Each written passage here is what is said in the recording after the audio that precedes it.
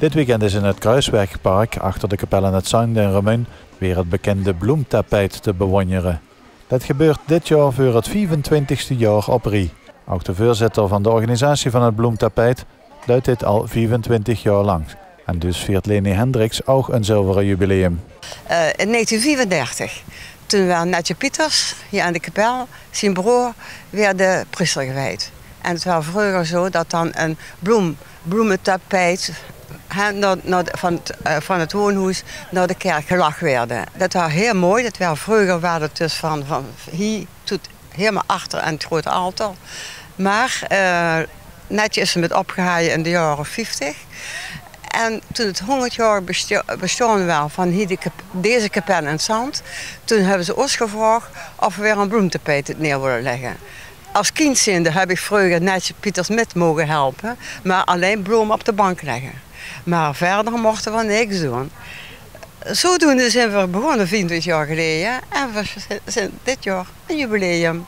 En het onderwerp is feest tussen de boom. Wat is op de afbeelding allemaal te zien? Op de afbeelding is ontzettend leuk afgebeeld. Wie het ontstaan, het begint met een lamp. Eerst met een lichtje gaan branden.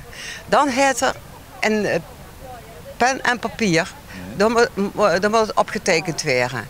Dan komt dus een groepje mannen die met de schersker en die komen zandje, vakken maken met papzandje. Dan komt de tekenen, dus de ontwerper kind niet op de knieën. Dan komt er een van de dames, dus het tafereel op het zand tekenen. En dan kunnen we met z'n allen beginnen. En de bloemen, hoe komen die eigenlijk allemaal vanaf? Want er is een zee van bloemen in, zeg. Ja, de bloemen komen we hebben in de gerberkweker, we hebben in de chrysantenkweker, we hebben het Halder, het Herkenbos, we hebben bloemenpietje aan de kapel. We hebben stoks heet het nu. En dan verschillende mensen die nog met bloemen komen. En de biermaterialen, die zoeken we zelf. Daar heb je voldoende vrijwilligers dit jaar? We hebben 40 vrijwilligers, rond de 40 vrijwilligers. En dat hebben we al jaren. Zijn dat ook dezelfde die helpen? Het zijn heel veel dezelfde, ja. Er zijn ook die een paar afgevallen zijn. We hebben nu weer een paar nieuwe erbij. En jonge mensen erbij. En dat is dus zo heel erg fijn dat het blijft groeien. Ik ben nu voorzitter nog. Maar ik heb al een nieuwe voorzitter, want ik heb de leeftijd bereikt dat ik nu even moet gaan stoppen. En nu bloed is ook heel erg goed. Dus eigenlijk het bloementapijt in de kapel in Zand leeft.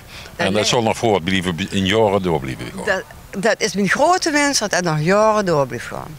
Feest tussen de boom en stel nu, ik zal hierheen willen komen, wanneer kan ik het beste komen? Dan kan ik vanaf zaterdagmorgen 10 uur tot zaterdagmiddag 4 uur.